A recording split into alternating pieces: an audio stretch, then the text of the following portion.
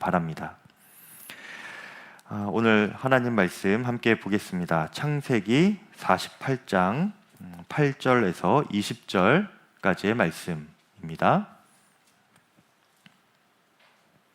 창세기 48장 8절에서 20절까지의 말씀입니다.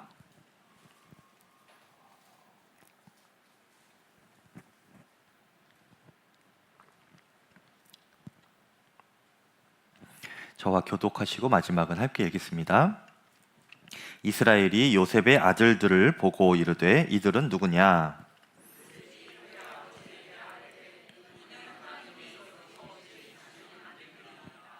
아버지가 이르되 그들을 데리고 내 앞으로 나아오라. 내가 그들에게 축복하리라.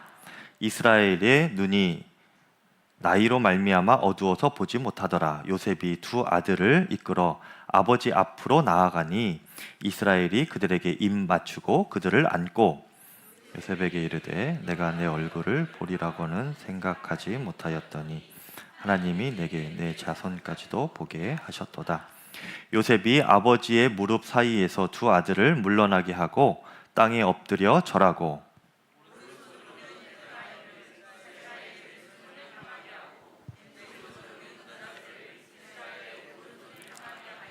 이끌어 그에게 가까이 나아가매 이스라엘이 오른손을 펴서 차남 에브라임의 머리에 얹고 왼손을 펴서 므낫세의 머리에 얹으니 므낫세는 장자라도 팔을 엇바꾸어 있었더라.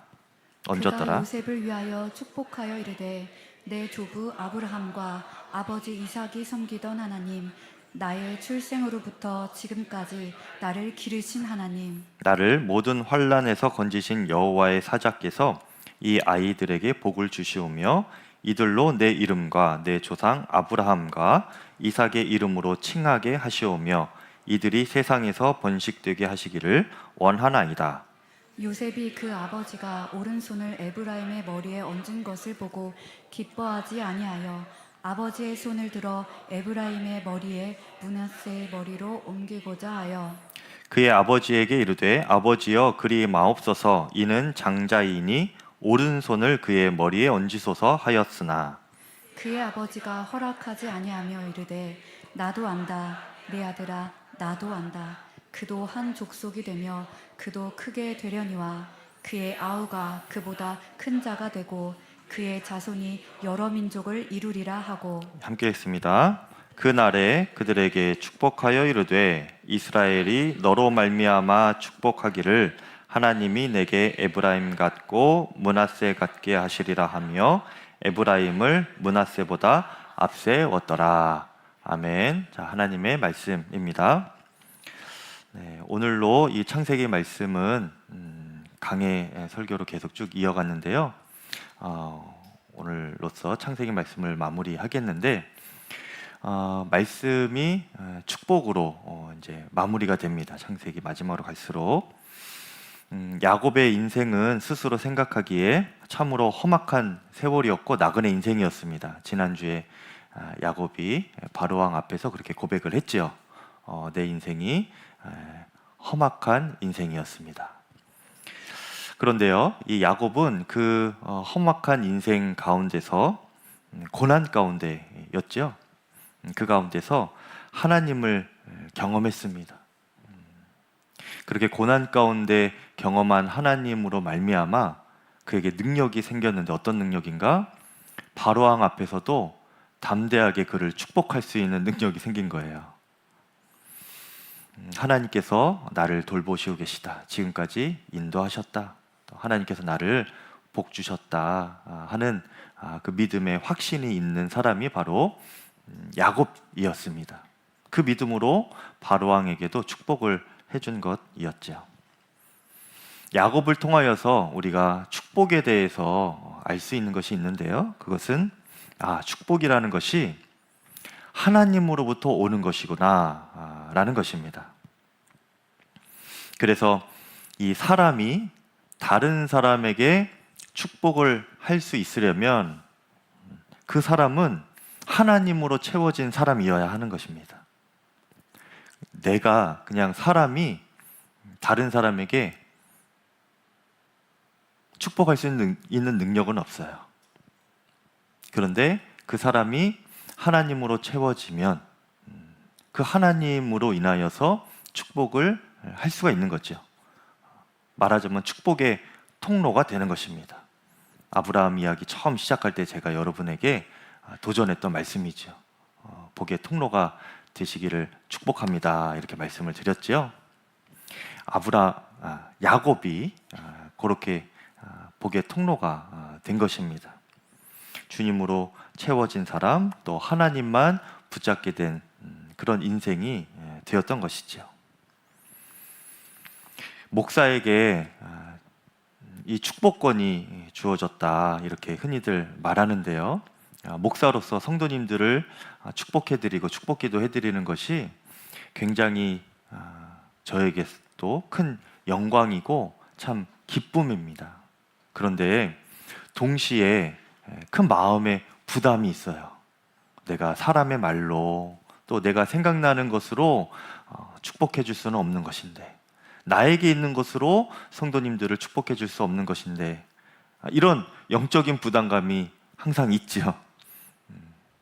그래서 내가 항상 주님으로 채워져야 되고, 또 주님만 붙잡는 믿음으로 정말 주님께 먼저 기도하고 주님께서 나에게 부어주시는 그 축복으로 성도님들을 축복해 줄 수 있는 통로가 되어야 한다는 그런 영적인 부담감이 있는 것입니다. 근데 저만 아니라 여러분에게도 그런 거룩한 부담감이 있기를 축복합니다. 남의 이야기라고 그냥 이렇게 마음 놓고 있지 마시고, 우리는 다 주님께서 축복의 통로로 부르신 거룩한 하나님의 백성이고 제사장들입니다. 그러면 우리가 어떻게 하면 주님으로 그렇게 채워질까? 어떻게 하면 주님만 그렇게 붙잡을 수 있을까? 이것이 이제 우리의 과제입니다. 굳이 고난이 아니어도 하나님을 경험할 수 있고, 하나님으로 채워질 수 있고, 주님을 붙잡을 수 있지만, 근데 많은 사람들이요, 고난을 통해서 주님을 깊이 경험하고 주님을 붙잡게 됩니다.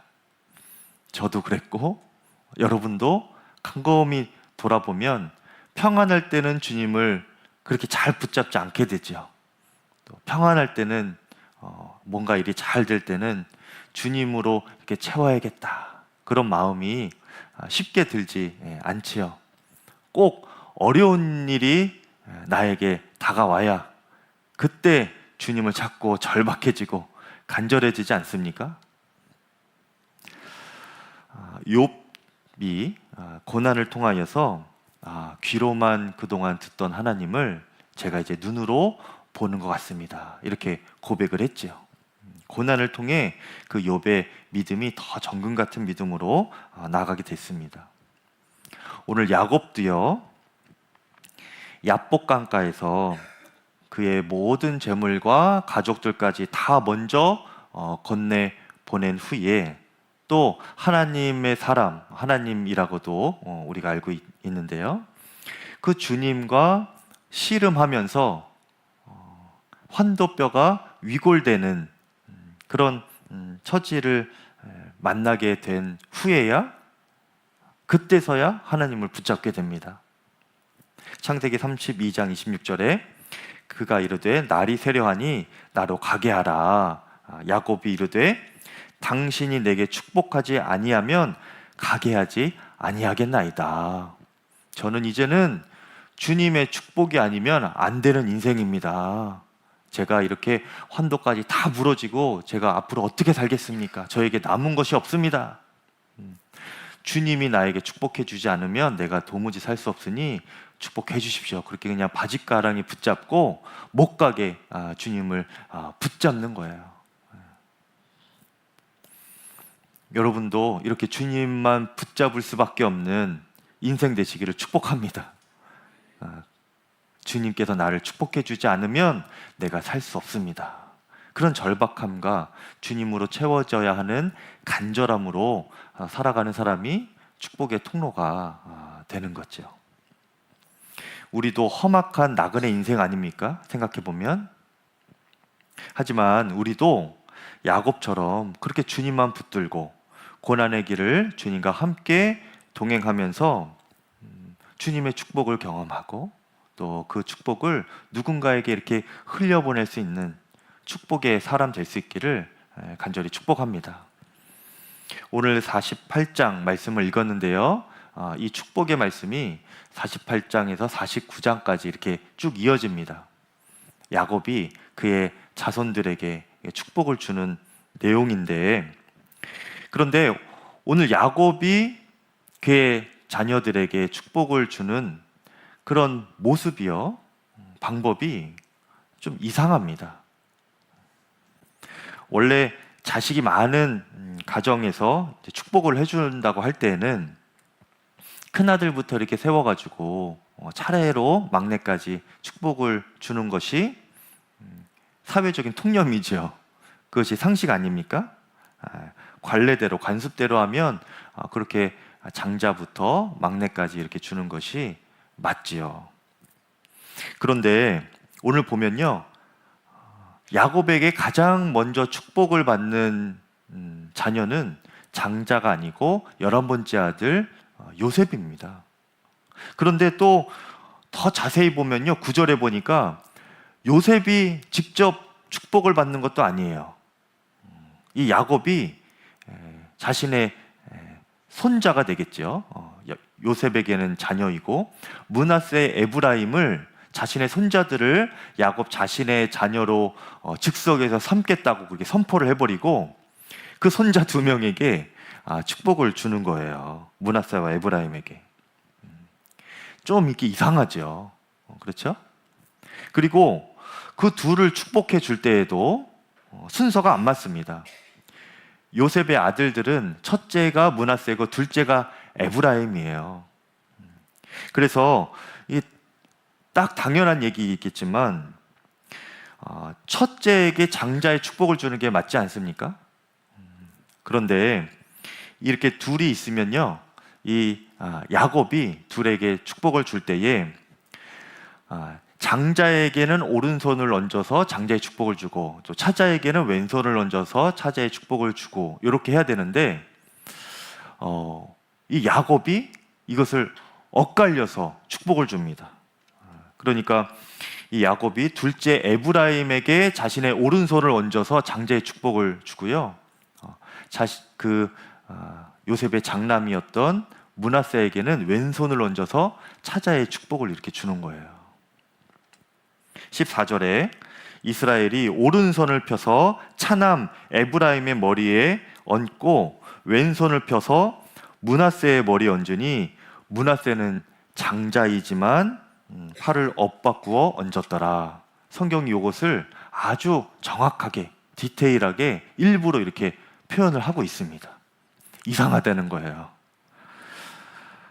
어째서 이렇게 야곱이 축복을 주는 이 장면이 모든 면에서 이렇게 이상할까? 뒤죽박죽인 것처럼 이런 형태로 축복을 줄까? 야곱이 나이가 너무 많아서 또 눈도 어두워서 지금 그런 것인가 하는 생각이 들기도 해요. 그런데요, 여러분, 전혀 그렇지가 않습니다. 야곱의 정신은 오히려 또렷해요. 너무나 분명합니다. 그래서 그 또렷한 정신으로 지금 형제들, 12형제들의 그 순서도 지금 뒤바꿔서 주고 있는 거고요. 또 요셉에게 2몫의 축복을 주면서도 그 순서를 또 뒤바꾸고 있는 그런 상황인 거예요. 그것을 지금 또렷한 정신으로 하고 있는 겁니다. 이 야곱이 요셉의 2 아들들에게 이게 엇갈려서 축복할 때요, 요셉이 옆에서 보니까 이게 아닌 겁니다. 아버지가 뭔가 착각한 것 같은 거예요. 그래서 아버지한테 아버지 손 순서가 바뀌었습니다. 장남, 차남 순서가 바뀌었습니다. 알려드려요. 혹시 모르고 하신 걸까 봐. 그때 이 야곱이 뭐라고 하는가 하면 나도 안다 라고 하는데 이 표현을 2번이나 씁니다. 19절에 그의 아버지가 허락하지 아니하며 이르되 나도 안다 내 아들아, 나도 안다. 나도 알아. 그런데 이렇게 할 수밖에 없어. 지금 그렇게 말하고 있는 거예요. 차라리 내가 눈이 어두워서 내가 정신이 없어서 착각했구나 이러면은 이해라도 가는데 안다는 거예요. 헷갈리지 않았다는 겁니다.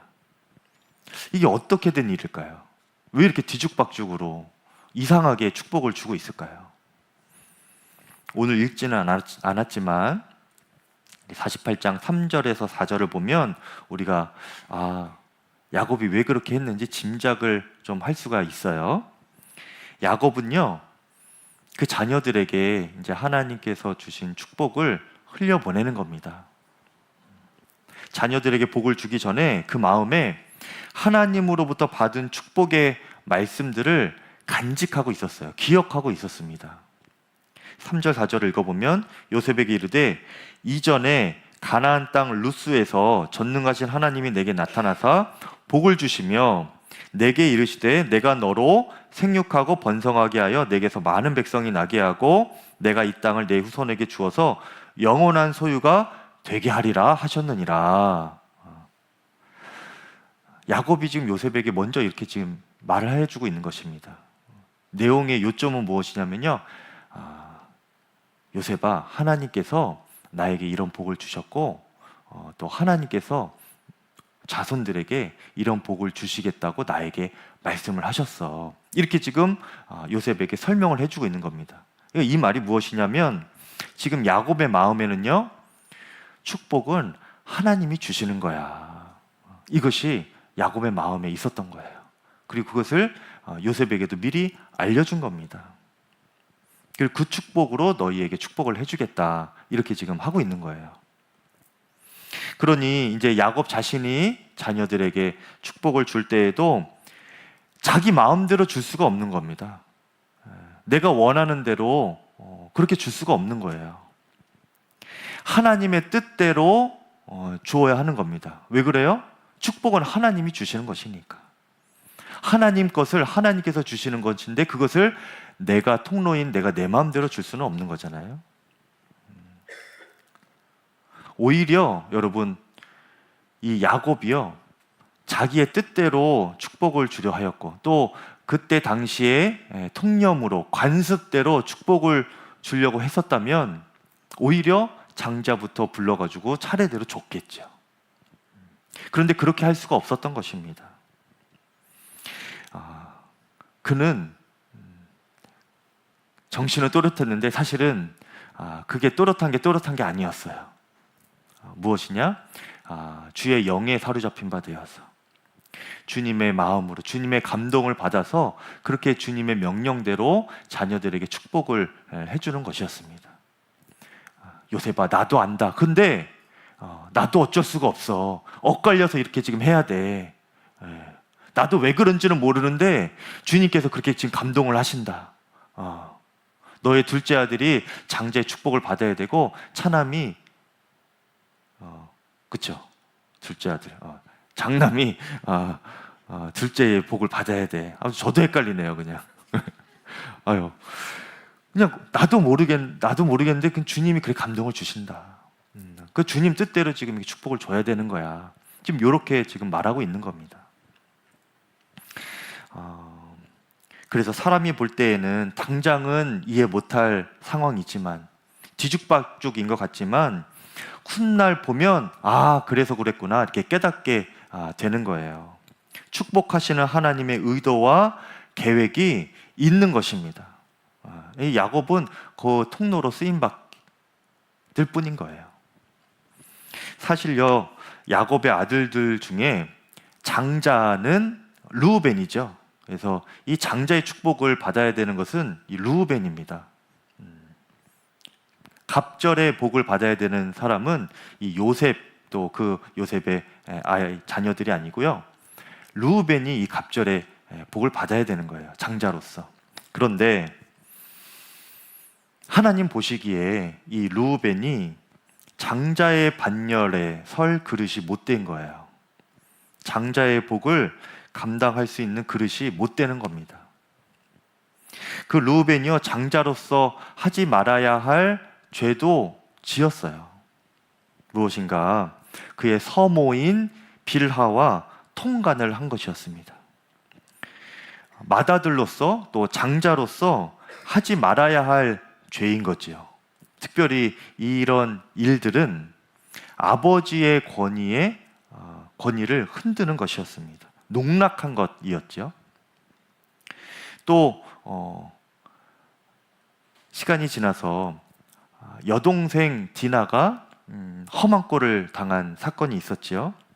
그 일로 인하여서 이 야곱의 아들들, 형제들이 세겜 족속의 남자들을 몰살하게 됩니다. 근데 그 일을 계획하고 진행을 할 때에 르우벤이 맏아들 아닙니까? 장자 아닙니까?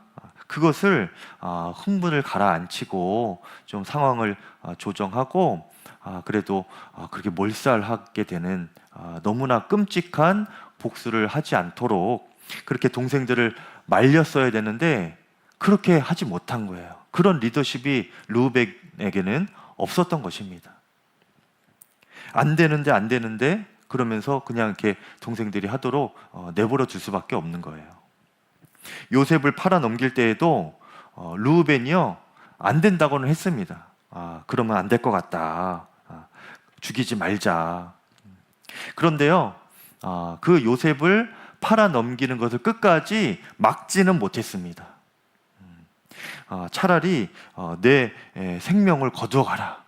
내가 죽기 전에는 안 된다. 그렇게 결연하게 동생 팔아 넘기는 것을 막지를 못했어요. 그냥 동생들이 하는 대로 그냥 그렇게 끌려가는 것이죠. 말은 했으나, 말하는 신용은 했으나 결정적인 리더십이 없었던 것입니다. 장자로서 자기 정욕을 주체하지 못하고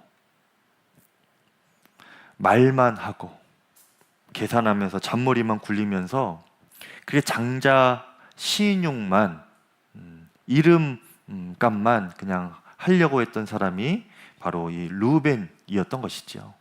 결정적인 역할들은 하지 못했습니다. 이 르우벤이 장자로서. 그것을 주님이 다 보고 계셨던 거예요. 장자는 여러분 권세만 있는 것이 아니고요, 그 복만 보장된 게 아니고요, 거기에 걸맞는 책임이 있어야 됩니다. 책임을 감당할 수 있어야 돼요. 그래야 배의 복을 받죠. 그런데 그것을 감당할 그릇이 르우벤은 못 되었던 것입니다. 그래서 하나님은 이 르우벤의 이 장자의 권세, 이것을 두 사람에게 나눠줘요. 먼저 다스리는 권세, 장자로서 동생들을 다스릴 수 있는 권세는 유다에게 줍니다. 넷째 아들 유다에게 주고요. 그리고 이런 재산, 또 땅의 이런 배의 축복은 이 요셉에게 주는 거예요. 여러분, 유다는요, 베냐민 이야기에서 우리가 본 것처럼 자신의 동생을 지키기 위하여서 책임을 졌습니다. 그랬던 사람이 이 유다예요. 자신을 내어주면서까지, 자신을 희생하면서까지 이 베냐민을 끝까지 지켰던 사람이 바로 이 유다입니다.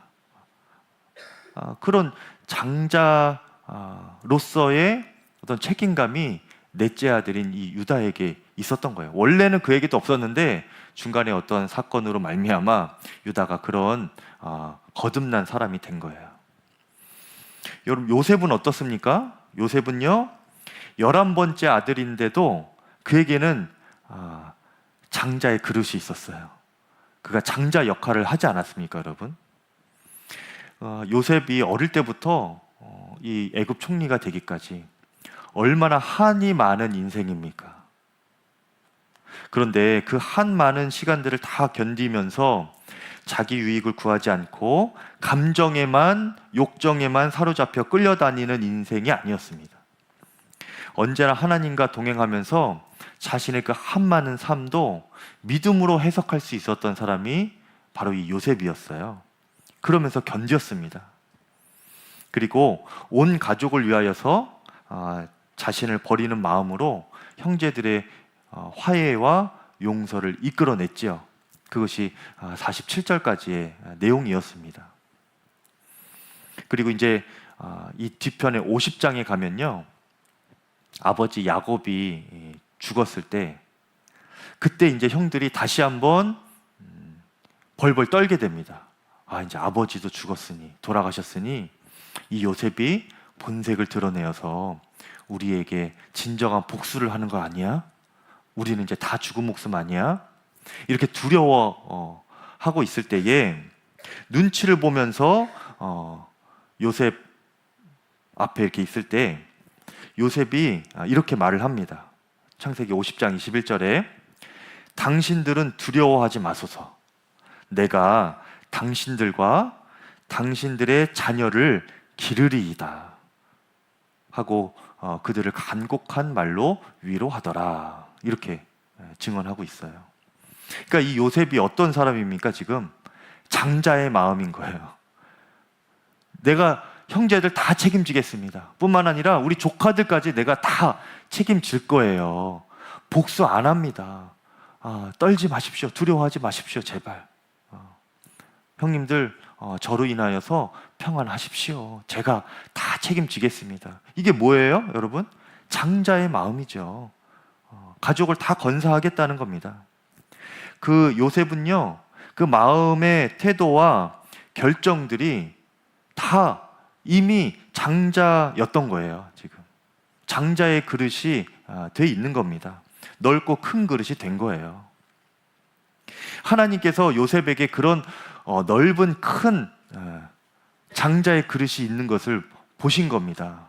그러니까 이제 이 요셉이 그것을 이제 감당할 수 있도록 요셉에게 그 배의 축복을 주시는 거죠.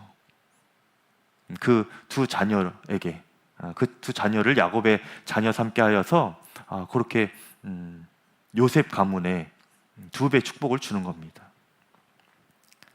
훗날 가나안 땅을 차지하는 이스라엘 12지파가 있는데요, 거기에 요셉 지파라는 건 없어요.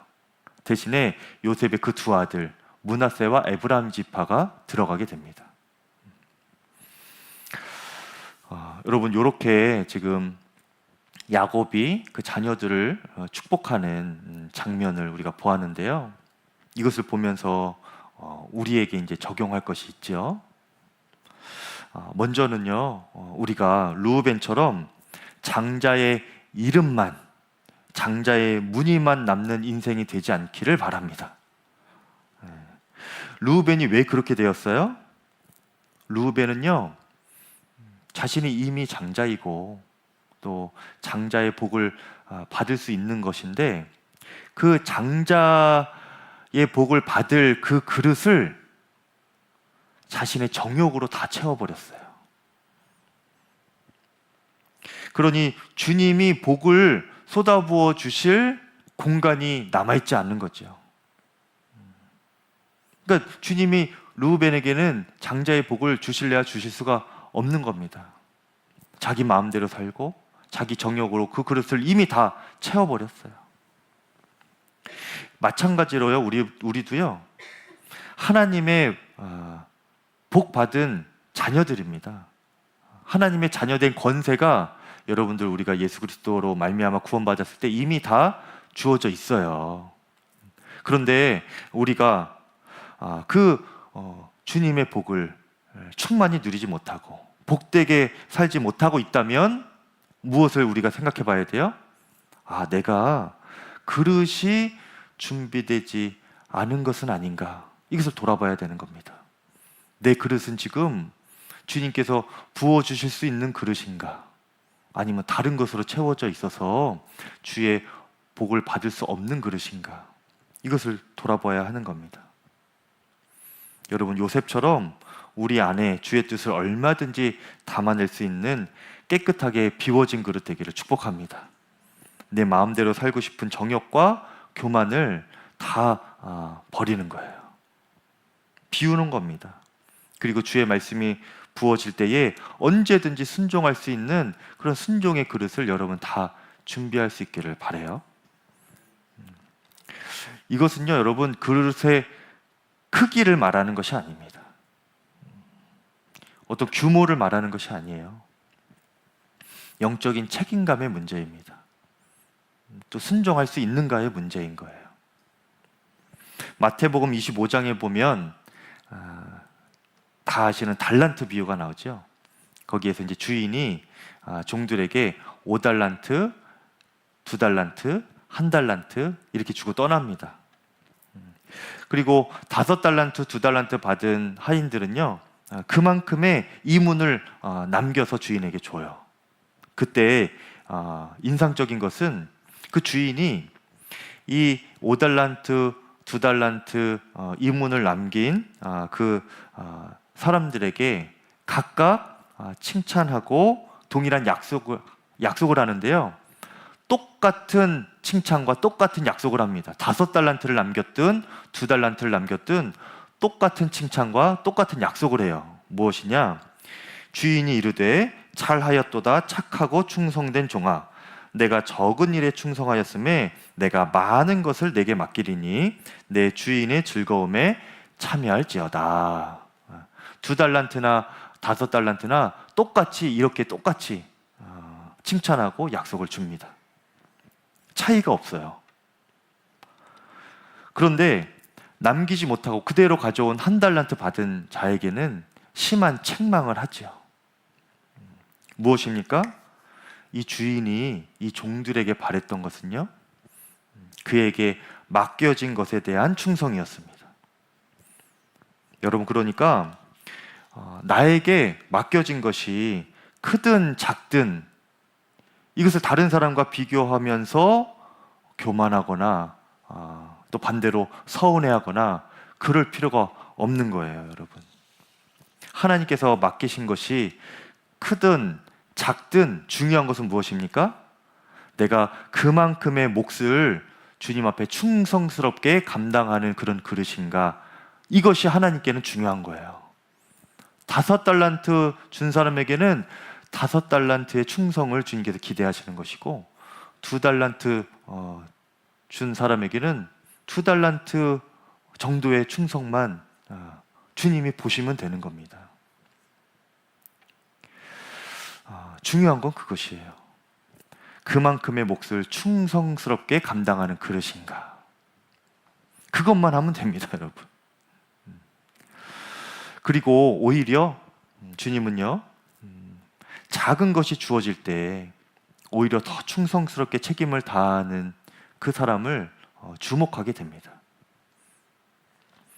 하나님께서 다윗을 왕으로 세우실 때요, 언제부터 그를 이렇게 점찍어 놓으셨는가, 주목하여 보셨는가?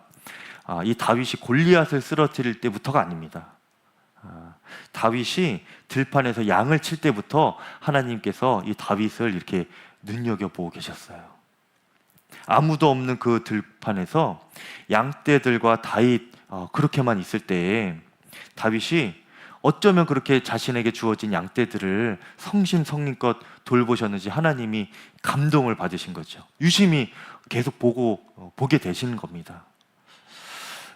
들판에서 야생동물들이 이 양들을 해하려고 할 때에도 이 다윗이 자신의 목숨을 걸면서까지 이 양들을 지키고 있는 거예요. 그것을 주님이 유심히 보는 겁니다. 이 다윗은 맡겨진 거를 저렇게 그냥 신실하게 감당하는구나. 누가 보지 않아도, 형들 다 지금 집에 있고 다윗 혼자 그렇게 양치고 있는데도 아랑곳하지 않고 맡겨진 것 누가 보지 않고 작은 것이라도 저렇게 신실하게 감당하는 거예요. 어떻게 보면은 다윗이 1달란트 받은 사람과 같은 거죠. 근데 그것을 작다 여기지 않고 최선을 다해서 맡겨진 것에 충성스럽게 그렇게 감당하는 그런 그릇이 바로 다윗이었던 것입니다. 큰 것을 맡겨서 큰 이문을 남긴 그런 정도도 아니고요. 작은 것, 지극히 작은 것 하나, 1달란트 받았는데 그것을 최선을 다해서 그만큼의 충성을 드린 것만 주님께서 보셔도 그렇게 기뻐하신 거예요. 저 다윗에게 이스라엘을 맡겨야 되겠다. 기회가 되면 저 다윗에게 이스라엘 내 백성들을 맡겨야겠다 생각하고 계신 것이죠. 그러다가 이제 사울을 먼저 세웠지만 사울에게는 좀 실망하셔서 그 다음 왕으로 다윗이 생각나시고 세우시는 것 아닙니까? 시편 78편 70절에서 72절, 또 그의 종 다윗을 택하시되 양의 우리에서 취하시며 젖 양을 지키는 중에서 그들을 이끌어내사 그의 백성인 야곱 그의 소유인 이스라엘을 기르게 하셨더니 이에 그가 그들을 자기 마음의 완전함으로 기르고 그의 손의 능숙함으로 그들을 지도하였도다. 자신 그 들판에서 양들을 성심성의껏 길렀던 그 다윗이 하나님의 백성 이스라엘을 맡았을 때에도 동일하게 그렇게 성심성의껏 자기 마음의 완전함으로 백성들을 돌보고 손의 능숙함으로 지도를 하였다는 것이죠. 삼일교회 지금 담임 목사님이신 송태구 목사님이 계신데요. 그 목사님이 신학생 시절에 그렇게 형편이 안 좋고 어려운 형편이었다고 합니다. 먹고 잘 때도 없었대요. 신학을 하긴 했는데. 그러다가 한 맹인 교회에서 사찰을 구한다는 그런 소식을 들은 겁니다. 그래서 사찰로 내가 어떻게든 한번 해봐야겠다 해서 들어갔어요. 얼마나 청소를 열심히 했는지 거기서 인정을 받아가지고 1년이 지나니까 이분이 이제 또 신학도 하고 있으니까 거기서 이제 전임 전도사로 이렇게 같이 일합시다 이렇게 한 거예요.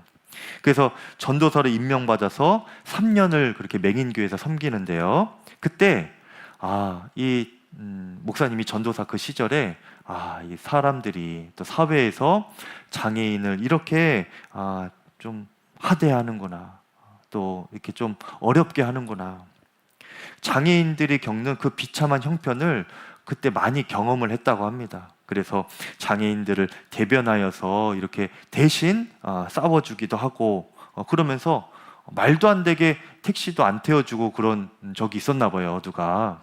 그래서 이 목사님이 이게 성격이 있으셨는지 돌을 가지고 그냥 택시 창문을 깨기도 했다고, 그렇게 하면서 장애인들을 이렇게 섬겼대요. 그러면서 장애인들을 위하여서 성심성의껏 사역하면서 한 13년 동안 맹인 학교에서 또 성경을 이후에도 가르치기도 하고 그렇게 하셨다고 합니다.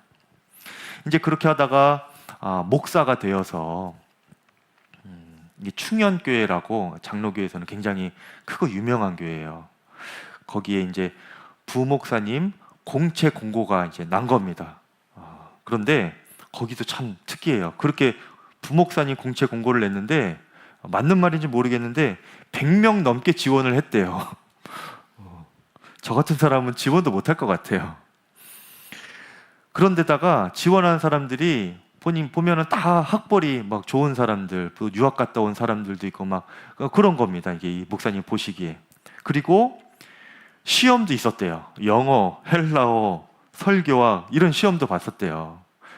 참 저로서는 이해도 안, 지금 시절에도 이런 교회가 있나 싶은데, 그러니까 그런 시험도 이제 본다고 하니까 이 목사님이 자신이 없는 겁니다. 그래서 시험 보기도 포기하고 있었는데, 원서만 넣어놓고 포기하고 있었는데, 시험도 보기도 전에 갑자기 합격 통보를 받은 거예요. 연락을 받은 겁니다.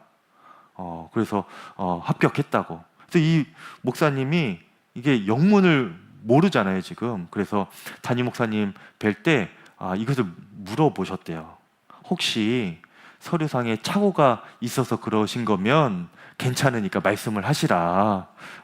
그렇게 바로 잡아주시라. 말씀을 드렸더니 담임 목사님이 내가 장애인 사역을 지금 구상하고 있는데 적임자를 찾고 있었다. 그런데 이력서 이렇게 쭉 보니까 맹인교회 그렇게 사찰부터 시작해서 목회까지 한 사람이 없더라. 오랜 경험이 있는 분 같아서 그래서 내가 시험도 보기 전에 그냥 이렇게 결정했다. 이렇게 말씀을 하셨다는 거예요. 그 목사님은 이력서 한 장 보고 그렇게 결정을 했지만 하나님은 그 사찰 때부터 목사가 될 때까지 쭉 보신 것이죠. 어려운 형편에 있는 또 그런 공동체를 그렇게 작다 여기지 않고 잘 섬기고 신실하게 섬기고 자신에게 주어진 것이라 사명으로 생각하고 신실하게 섬겼던 그 전도사님, 그분을 주님은 보셨던 것이죠.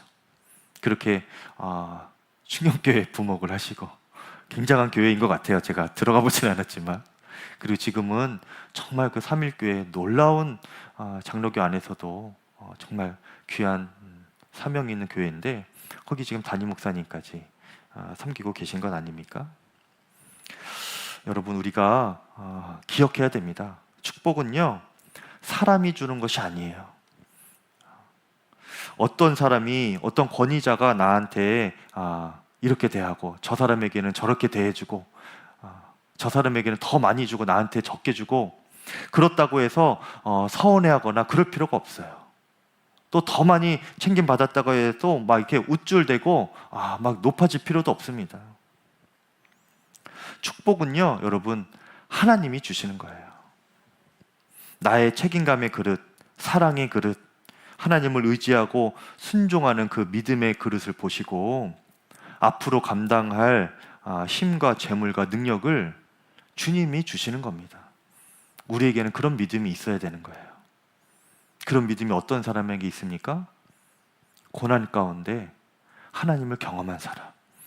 나는 하나님 없으면 안 되는 인생이구나.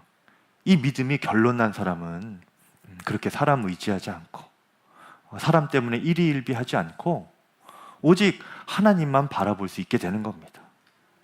하나님의 축복을 간구하며 그렇게 누리며 살아가는 사람인 거죠. 이것이 축복의 원리입니다. 그리고 그 사람이 하나님의 축복의 통로가 되는 것이지요. 그렇게 주의 뜻대로 여러분 다 복의 통로로 쓰임 받으시기를 간절히 축복합니다. 이 시간 함께 기도하겠습니다.